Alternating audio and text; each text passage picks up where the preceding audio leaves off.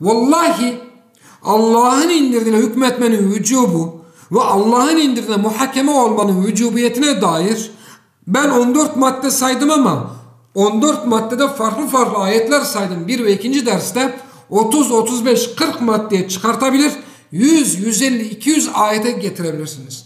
Vallahi ve vallahi. Sonra yine vallahi Kur'an'ın en açık esasıdır. Allah'ın indirdiğine hükmetmek vaciptir. Allah'ın indirdiğine muhakeme olmak vaciptir.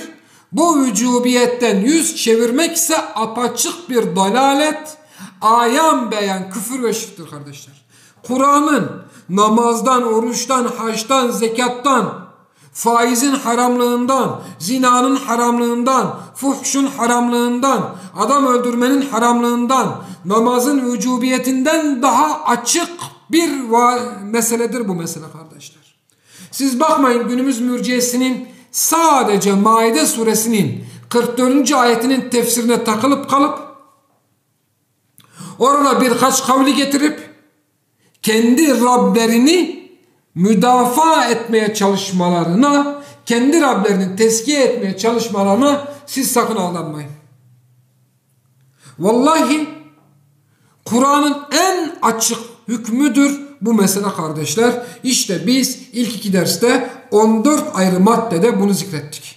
Dedik ki hüküm sadece Allah'a aittir. İnnil hükmü illa lillah. İlah Allah olduğu için hüküm ona aittir. İlah kimse hakim odur. Hükmü kendisine tahsis eden uluhiyet iddiasında bulunmuştur dedik. Hakem Allah'ın isimlerinden bir isimdir. Allah'ın sıfatlarından bir sıfattır. Allah subhanahu teala bundan dolayı hükmünde kendisine ortak koşulmasını asla kabul etmez. وَلَا يُشْرِكُ ف۪ي حُكْمِهِ اَحَدًا. Asla kabul etmez. Bunu söyledik değil mi? Bunu söyledik. Hakimiyeti Allah'a tahsis etmek imandır. Hükmü Allah'a ait kılmak imandır. Allah'tan gayrısına hükmü vermek, Allah'tan gayrısının hükmüne gitmek ise dalalettir, sapkınlıktır, nifaktır dedik. Nisa 59, Nisa 60 ve Nisa 65'in ayetlerini dile getirerek.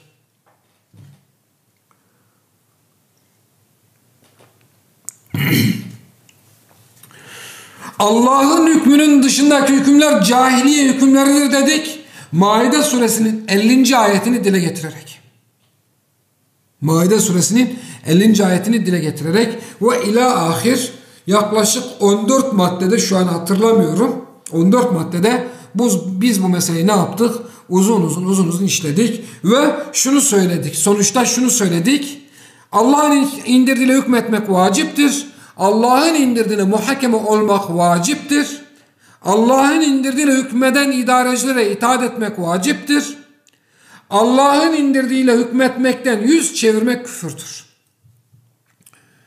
Allah'ın indirdiğiyle hükmetmeyenlere itaat etmek şirktir.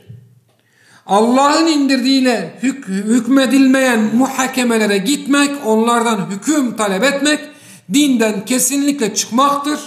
Bu la ilahe illallah bizzat kendisidir.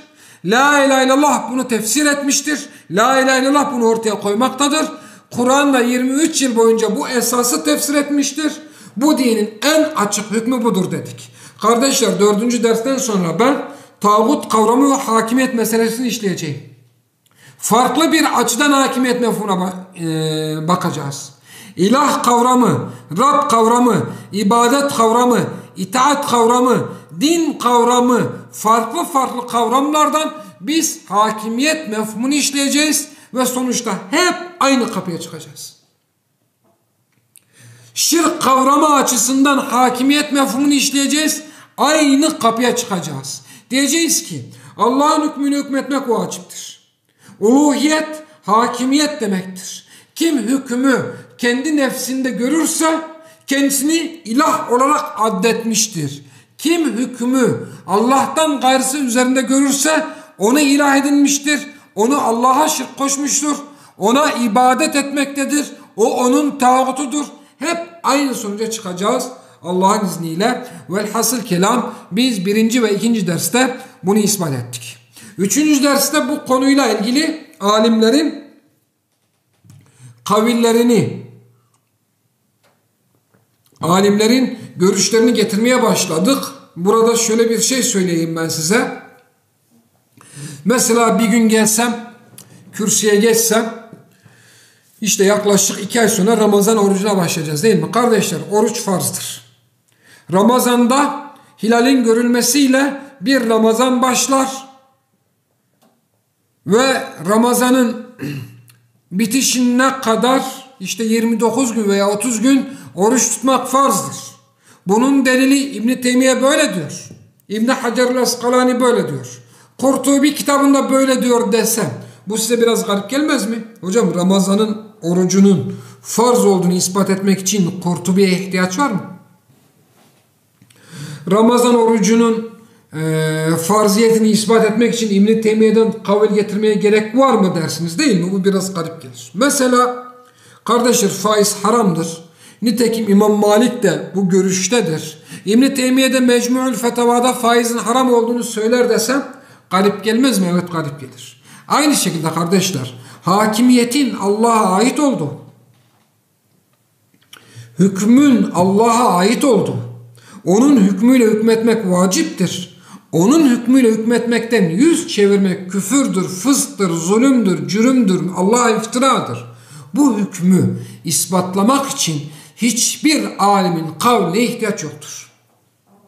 Allah'ın indirdiğiyle hükmetmenin vücubunu ispat etmek için, Allah'ın indirdiğiyle muhakeme olmanın vücubunu ispat etmek için hiçbir beşerin sözüne ihtiyaç yoktur. Zira biraz önce de söylediğim gibi bu dinin en açık meselesidir. Bakmayın siz mürciyelerin sadece Maide suresinin 44. ayetinin tefsirine dair gelen tek bir kavle yapıştıklarına bakmayın siz. Hiç ona aldanmayın. Bakmayın yüzsüz bir şekilde, yüzsüz derken kimi kastettiğim anlaşıldı. Biraz geriye dönüp dinlerseniz Allah'ın indirdiğiyle hükmetmemek küfür değildir, burada icma vardır diye yüzsüz yalan söyleyenlerin yüzsüzlüklerine aldanmayın siz. Karakter ve şahsiyet yoksunu bu insanlar. İcma uydurmaktan hiç çekinmezler. Karşılarında bir tane aklı başında birisi de hocam sen icma diyorsun da yani bu nedir, şu nedir, şu ayet nedir, şu kavil nedir, İbn Kesir'in şu kavli nedir, İbn Teymiye'nin bu kavli nedir diye sormak akıllarına gelmez. Siz onların bu gereksiz sohbetlerine, gereksiz cümlelerine bakmayın. Vallahi 20 ders yaparım sadece alim kavli zikretmekle. Ebu Sehib el-Maliki'nin bu konuda kitabı var. Hatta bir ara çok berbat bir tercümeyle tercüme edildi. 200 sayfa falan sadece kavil getirmiş. Başka hiçbir şey yok. Seleften başlamış.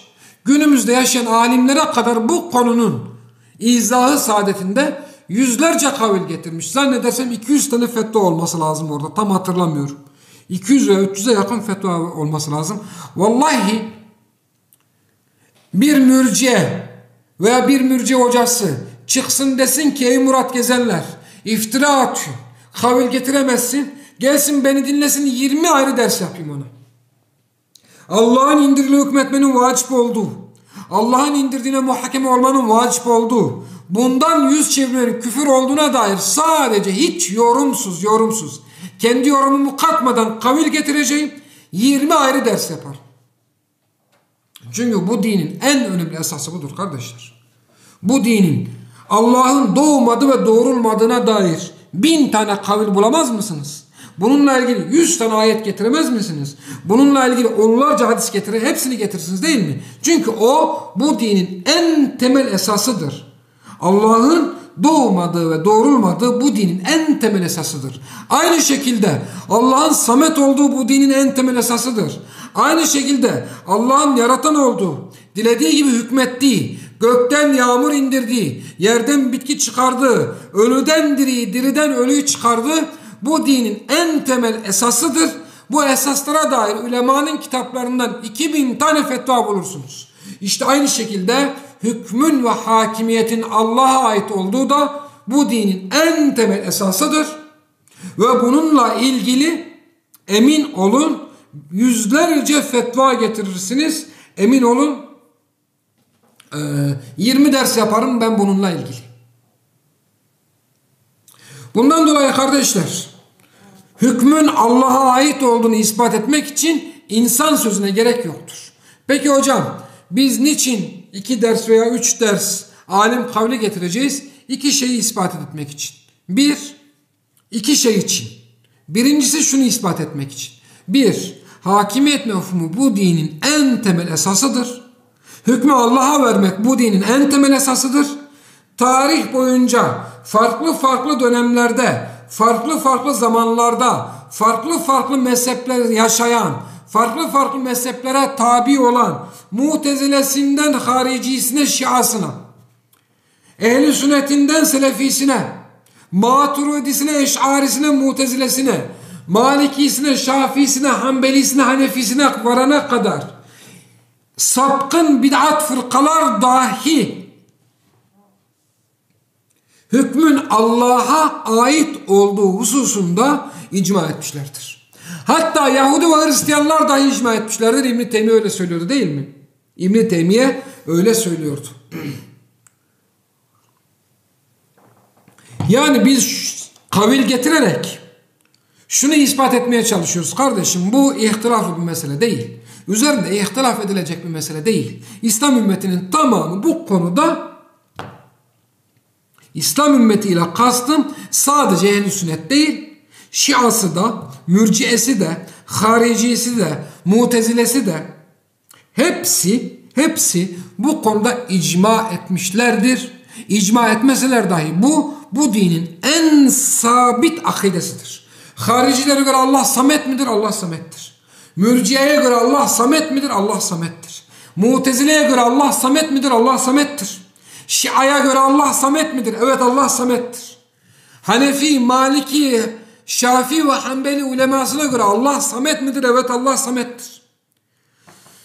Hicri 650-700'lü yıllarda yaşayan alimlere göre Allah samet midir? Evet. 800'de yaşayan alimlere göre Allah samettir. 900, 1000, 1100, 1200'de yaşayan alimlere göre Allah samettir. Mısır ulemasına göre de Allah samettir. Kufe ulemasına göre de Allah samettir. Medine ulemasına göre de Allah samettir. Endülüs ulemasına göre de Allah samettir. Niçin? Çünkü Allah'ın samet olduğu bu dinin en temel, en bilinen esasıdır. İşte aynı şekilde Allah'ın hakem olduğu, Allah'ın hakim olduğu, onun hükmüyle hükmetmenin vacip olduğu, onun hükmünden yüz çevirmenin küfür olduğu, fısk olduğu, zulüm olduğu, fücur olduğu, aynı şekilde bütün bu saydığım İslam ümmetinin içerisinde ehli bidatiyle, ehli sünnetiyle, maturidisiyle, eş'arisiyle, selefisiyle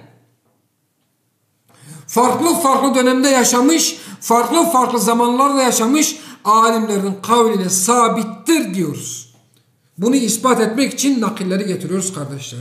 Bakınız Mu'tezile kıyası kabul etmiyor. Niçin biliyor musunuz? Çünkü Allah'ın hükmünden başkası. Allah'ın hükmü değil diyor. Resulün hükmü de değil diyor. Peki siz kıyasın için insanın hükmüdür, bu kabul edilemez diyor. Bak bu kabul edilemez diyor. Bu nedir? Kabule. Mu'tezile hadis inkarcılığı yaparken bile, dikkat, hadis inkarcılığı yaparken bile hükmün Allah'a ait olduğu inancıyla hareket ediyor. Bu hadis diyor hüküm Allah'a aittir. Bu hadis Allah'ın hükmüne aykırıdır diyor. Burası yanlış tabi. Yani ben bunları kabul etmiyorum. Ben bunları tecviz etmiyorum. Ama dayandığı temel nokta yine hakimiyet meselesi oluyor kardeşler. Dayandığı temel nokta yine ne oluyor? Hakimiyet meselesi oluyor. İşte biz alim kavli getirerek buraya dikkat çekmek istedik. Bu bir. İkincisi, size şurayı söyleyeyim. Yeri gelince söyleyeceğim de. Hakimiyet meselesinde muhaliflerimizin Maide suresinin 44. ayetinin tefsiriyle ilgili kavillerden başka getirecekleri hiçbir kavil yoktur. Kesinlikle yoktur. Vallahi ben ömrümü onların kitaplarıyla, konuşmalarıyla, yazdıklarıyla geçirdim. Bundan yaklaşık 6-7 yıl önce bir makale okuyoruz. Bir hoca kardeşle makale okuyoruz. Hakimiyet meselesinde yazar biraz serzenişte bulmuş. Vallahi diyor bu mesele benim ömrümü yedi diyor. İşim gücüm gece gündüzüm muhaliflerin görüşlerini araştırmak, onları reddetmek, bu meseleyle uğraşmak oldu diyor. O hoca kardeş okurken vallahi diyor abi bu satırları okurken ilk aklıma sen geldin demişti. Vallahi gerek Türkiye'de gerekse de Arap dünyasında tağutları savunan, beşeri sistemleri savunan ne kadar makale, dergi, konuşma, yazı varsa okumaya çalıştım. Bunların içinde sadece bir tane delil var. O da Maide suresinin 44. ayetiyle ilgili tefsiri, bunun tefsiriyle ilgili kavillerdir. Bunun haricinde İbn Hacer'e ait bir kavil var, ileride getireceğim. Kadı Ebu Bekir İbnül Arabi'ye ait bir kavil var ama onlar bunu daha görmediler. Onlar bunu delil olarak getirmiyorlar. Başka da hiçbir delilleri yoktur. Peki gelin buyurun. Bu meseleyi Nisa suresinin 60. ayetinin tefsiriyle tartışalım. Haydi. Maide 44'ü bırakalım, Nisa 60'a gelelim. Bakalım müfessirler ne diyor. Gelin bu ayeti Nisa 59'da tartışalım. Gelin bu meseleyi Nisa 65'te tartışalım. Gelin bu meseleyi Enam 121 ile tartışalım. Gelin bu meseleyi Tevbe 31 saadetinde tartışalım. Niçin oraya gelmiyorsunuz? Niçin alimlerin orada geçen kavillerini zikretmiyorsunuz? Gelemezler. Mümkün değil. Çünkü mesele orada çok berraklaşıyor. Bundan dolayı eğer birisi size mesela örnek vereyim.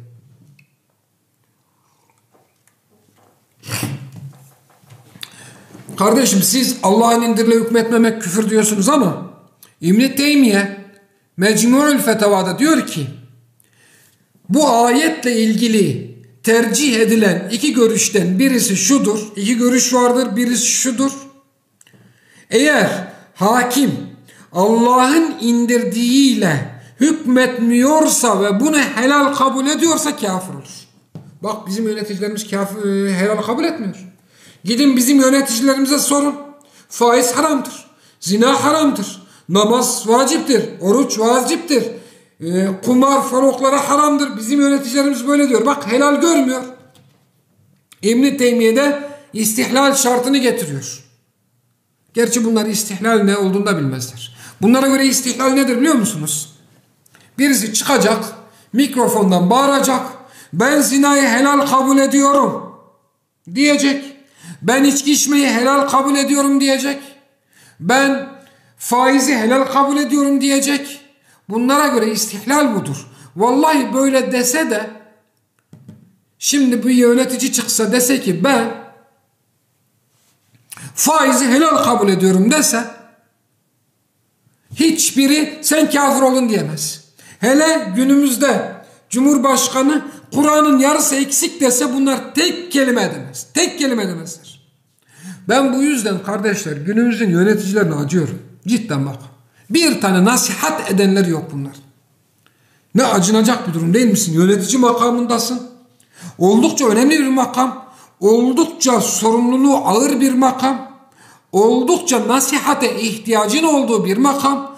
Oldukça alimlerin sözlerine ihtiyaç duyacağın bir makam. Ama etrafında sadece dal kavuk var. Etrafında sadece yalaka var. Sen desen ki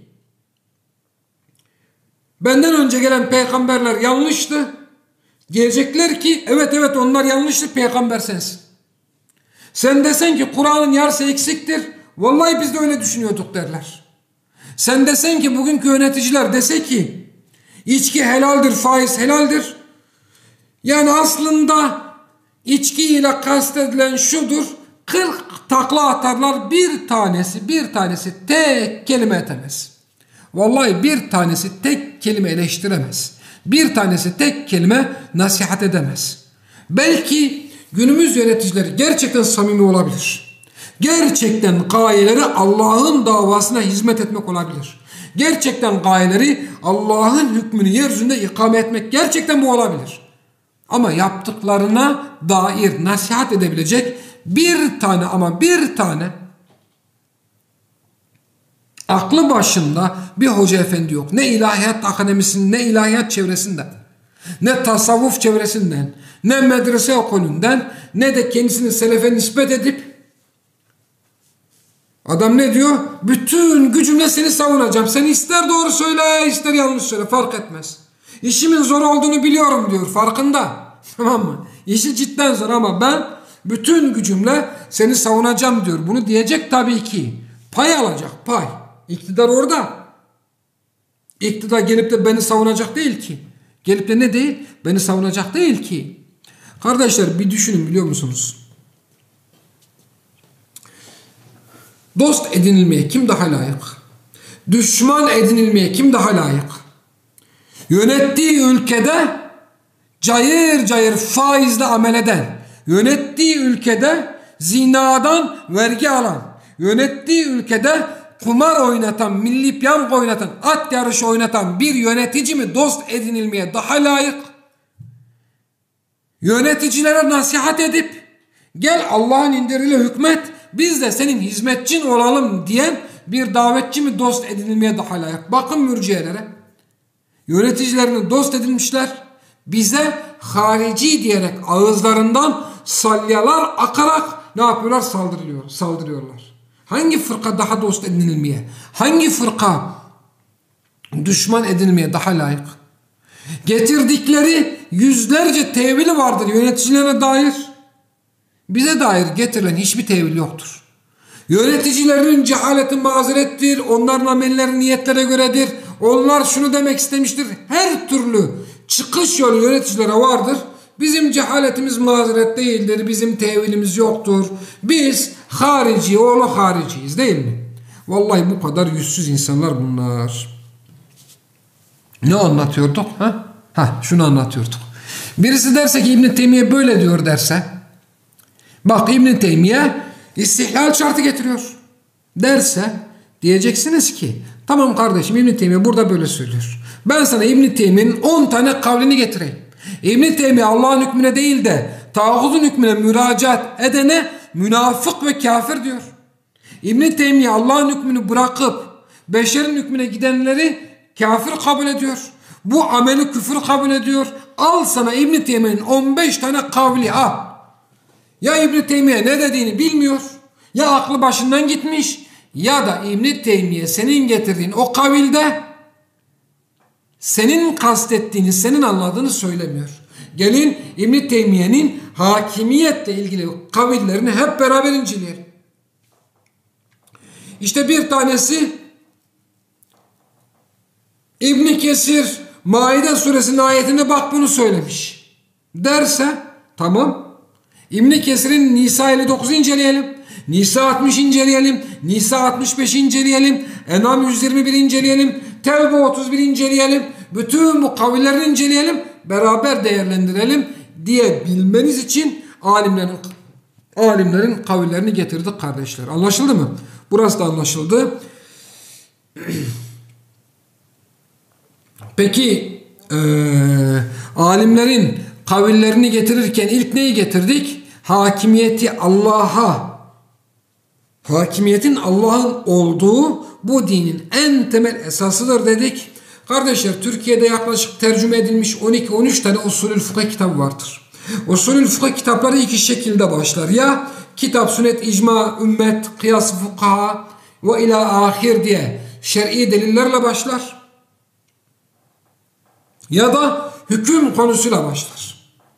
Hüküm konusuna bakın. Bütün usul kitapları hükmün Allah'a ait olduğunu söyleyerek ve bu konuda hiçbir tartışma olmadığını söyleyerek işe başlar.